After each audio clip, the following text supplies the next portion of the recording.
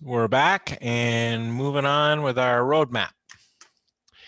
I corrected the mistake where there was an extra carbon from nitrogen here. We need to make, since we have all of the carbons here, and the new piece is this piece right here. And that would be a secondary amine reacting with a ketone to make an enamine. So, okay, highlighter.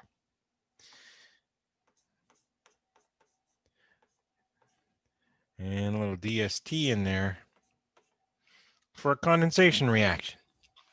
That's how you make enamines. Enamines are good nucleophiles for aldols and clasons too, if you remember. I don't know if I'll have an opportunity to show that on this roadmap. What's going on here?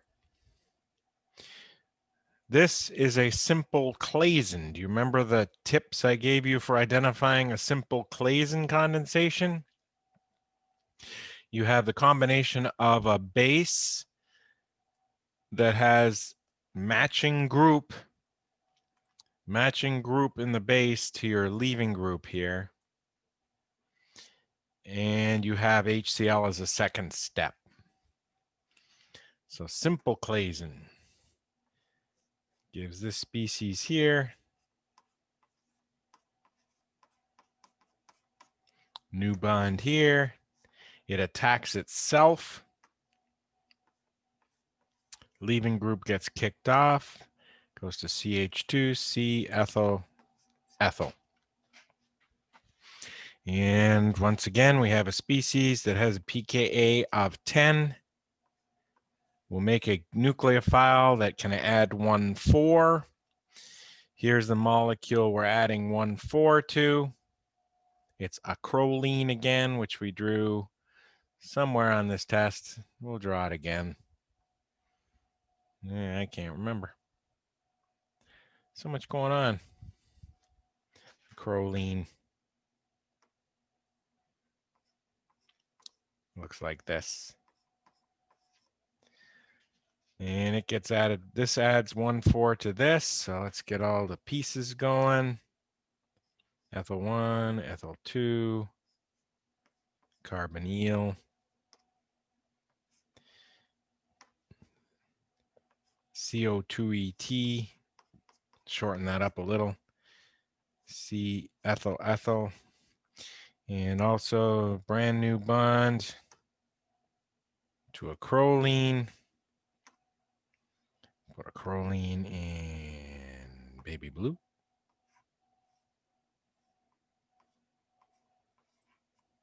Right there.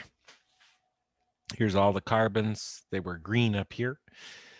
1,4 addition made an enolate, and once again, your alcohol solvent protonates the enolate in the off position. And then we have our rap song going here. Saponification, aqueous hydroxide, acidification with HCl. After step 2, HCl, you'd have CO2H here. And then heat will decarboxylate this carbonyl. Why? Because it is beta to this carbonyl. And we're going to do this simple step here. Might pay for this later. R double prime ends up to H. Saponification, acidification, decarboxylation gets rid of the whole ester functionality here. So now we need to think about what's in the circle here. And there's going to be an H here. And we're going to react it with LDA limiting and LDA excess in two different circumstances. So picture the circled, the red thing, because that's the molecule, but there's an H here. All right. And ask yourself, of all the alpha carbons, this would be an alpha carbon, this will be an alpha carbon with one H on it and 2 carbons. That'll be the most hindered alpha carbon. And this will be an alpha carbon, and this will be the least hindered alpha carbon. So LDA excess will take this, and that will be the reactant on this carbonyl here. And ring size will be 6. This is a directed Robinson annulation. That's fancy. And we'll go orange for this one. 1, 2, 3, 4, 5, 6. And we'll go 1, 2, 3, 4, 5, 6. Put the numbers down. The 2 is the carbonyl. The 1's down here. Off of the 1, there's nothing, but it is now bonded to 6. 6 is an OH, but heat took care of that. You have a double bond between the alpha and beta positions. 5 has our famous diethyl propyl group, or ethyl propyl group. 6 was attacked and condensed, but 6 also had our funny group. 4 has nothing, 3 has nothing, and 2 is the ketone. I think we got everything there.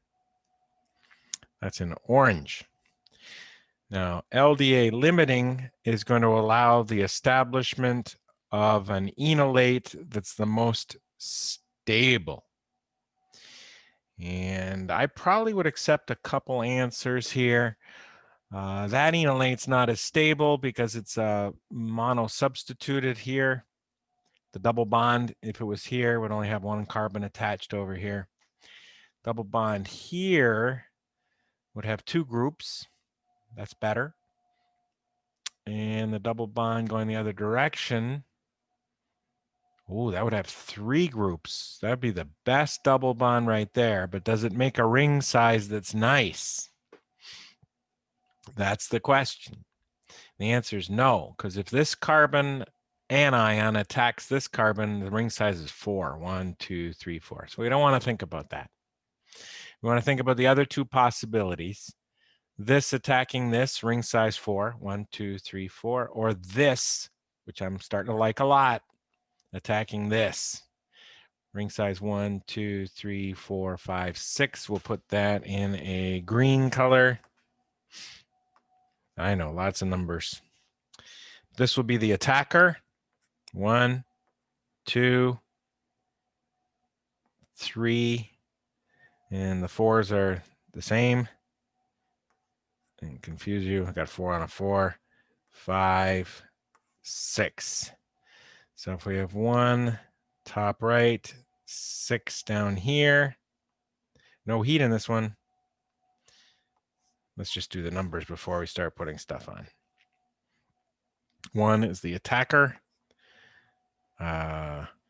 2 has the carbonyl.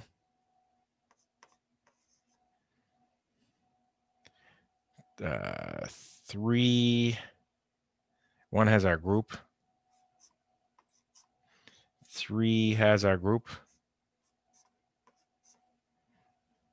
Put the numbers on, Dr. Whittaker. 3 has our group. CO2 ET is gone. 4 has nothing. 5 has nothing. 6 used to be a carbonyl, and now it's an OH. And 6 had a methyl.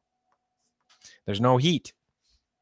So we're not dehydrating this time. This is a directed aldol reaction.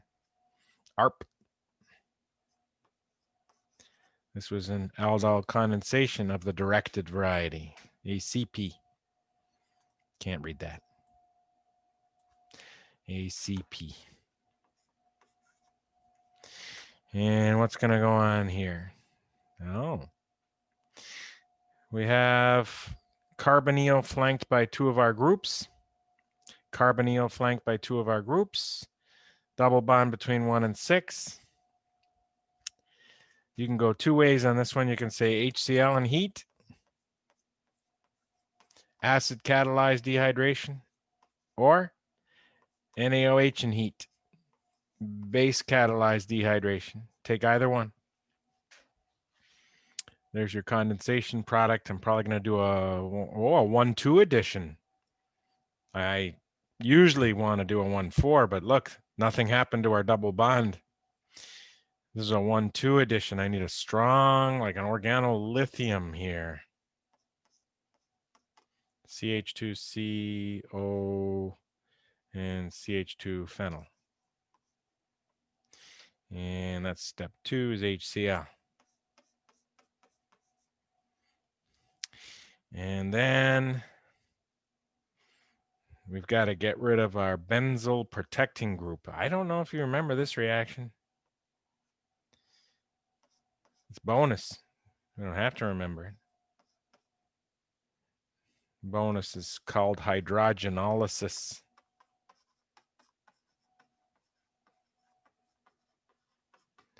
And it makes toluene. It adds H to both sides of this squiggle. You get an alcohol, there's your alcohol. You get toluene, phenyl CH3, that's toluene. And not bonus. What's going on here? Yeah, interesting stuff's going on here is what's going on. I think this is just an alcohol adding to an alkene. Yeah, on one side's the methyl, on the other side's that C with 2 ethyls. There it is. So some kind of acid catalyst and you're done. Protonate the alkene, make a cation here or here. This one makes a better ring size, so it closes up. Like this stuff. You know I do. What's going on down here? That looks suspiciously like a conjugate addition. I want to cut to the chase here because we're spending a lot of time on this roadmap. There's the new piece. Did I mess up on one of our new groups? Is one of them really a CH2, then the funny group? Probably. I don't want to spend too much time. This is the new piece here. This was a 1,4 addition.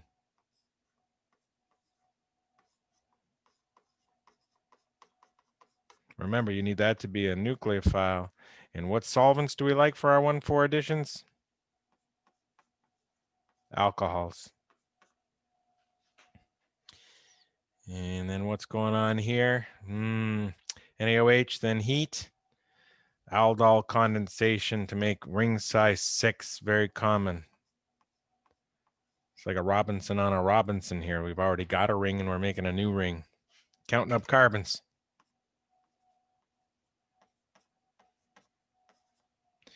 Copy this down here. Apparently I might have missed a carbon earlier.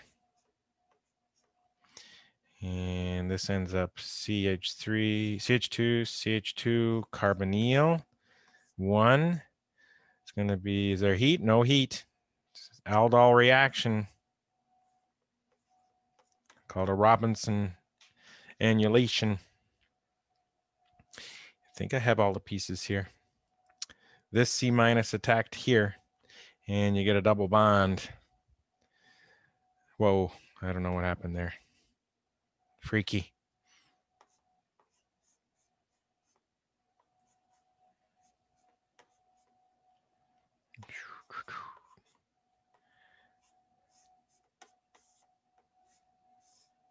Uh-oh, that's a double bond.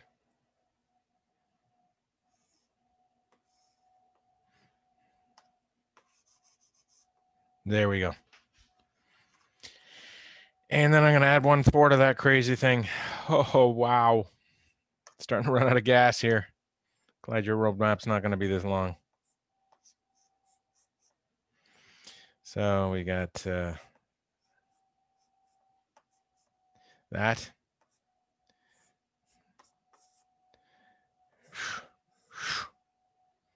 And we got this. And the new group is going to be that funky new group. Adding to the beta position. That's this group right here. 2 ethyls attached to a CH. Gilman, 1,4 add. And then how do we go from here to here? The only change is imine from ketone. Need a primary amine.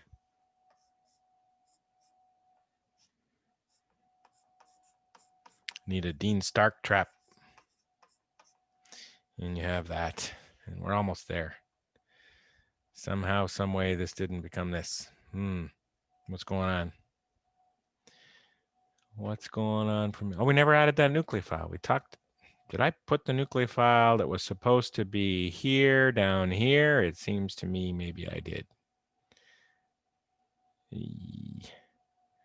I think so. Yeah, this was supposed to be here. And always need an alcohol solvent. And then what's going on from here to here? Oh, we lost our carboxylate group that's beta to a ketone. Sing to me. What you got? Carboxylic ester becomes carboxylate with saponification. Step 1. Step 2, acidification of the carboxylate to a carboxylic acid. That's step 2. It's called acidification. Decarboxylation caused by heat will give you this species where the CO2 ethyl is missing. And thank you for patiently not interrupting on that one. I'm sure somebody's got a question about this mega roadmap here. We can't even shrink it down to fit on a screen. That's how much is going on. I'm going to check to see if I have my mute on. I do not have my mute on. So where are we at? 9:23 is actually a good stopping point. And we'll pick it up on the other side. Got lots of review questions still in the hopper.